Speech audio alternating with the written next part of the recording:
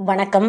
யாவர்க்கும் உரைப்போமில் நாம தினமும் ஒரு அம்பாளுடைய மகிமையும் கதையும் கேட்டுன்னு வரோம்.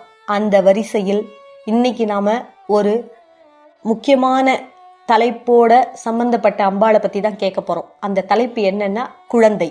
இந்த குழந்தை வரத்துக்காக எத்தனை தம்பதியர் எத்தனை ஹாஸ்பிட்டலா ஏறி இறங்குறாங்க, எத்தனை டாக்டர்ஸை போய் பார்க்குறாங்க. அவங்க எல்லாருமே இந்த கதையை கேளுங்க, கேட்டுட்டு இந்த கோவிலுக்கு போங்க. நிச்சயமா உங்க கையிலையும் ஒரு மழலை செல்வத்தை கொடுப்பாள் இந்த தேவி. அந்த தேவியோட பேர் என்ன, அவங்க எந்த ஊர்ல இருக்காங்க அப்படின்ற கதையை நான் இப்ப சொல்ல போறேன். தமிழ்நாட்டில் இருக்கக்கூடிய திருக்கருகாவூர்ல ஸ்ரீ முல்லைவனநாதர் அவரோட சேர்ந்து கர்ப்ப ரக்ஷாம்பிகை என்ற பேர்ல அருள் பாலிக்கிறவங்க தான் இந்த அம்பாள். இந்த அம்பாள் இந்த பூ உலகத்திலேயே முதல் கருமாற்றம் செய்து இன்றைய சயின்ஸ் டெக்னாலஜிக்கு அடிப்படை வித்திட்டவங்களே இவங்க தான்.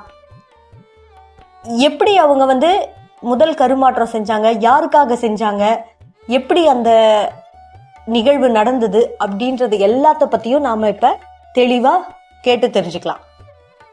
முன்னொரு காலத்துல நித்ருவர் என்ற ஒரு முனிவர் இருந்தார். அவருடைய துணைவியார் வேதிகை. இவங்களுக்கு நீண்ட நாட்களா குழந்தை பேரு இல்லை. இதனால ரொம்ப மனசுடைஞ்சு போயிருந்தாங்க.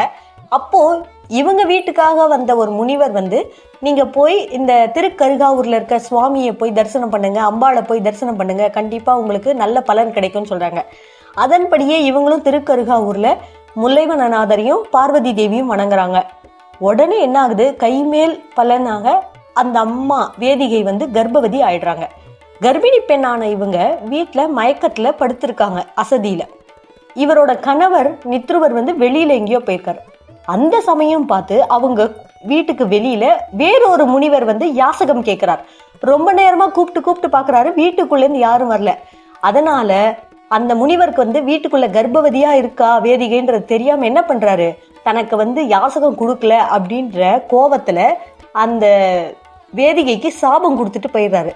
அந்த முனிவரின் சாபத்தால வேதிகைக்கு என்ன ஆகுது, கரு கலைஞ்சிடுது.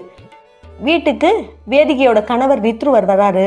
வந்தா நடந்த விஷயத்தை எல்லாத்தையும் சொல்லி அழறாங்க இந்த வேதிகை. சரி, நீ கவலைப்படாத, கோவில்ல போய் அந்த தேவி கிட்டே கேளு, அவள் உனக்கு நல்லருள் புரிவார் அப்படின்னு சொல்றாரு கணவர். உடனே கஷ்டத்தோட இந்த அம்பாளை பார்த்து கேக்குறாங்க, தாயே, என்னால கர்ப்பிணி, என்னால வெளியில அவருக்கு யாசகம் போட முடியல, அதுக்காகவா இவ்வளோ பெரிய தண்டனை எனக்கு அந்த முனிவர் கொடுத்துட்டாரு,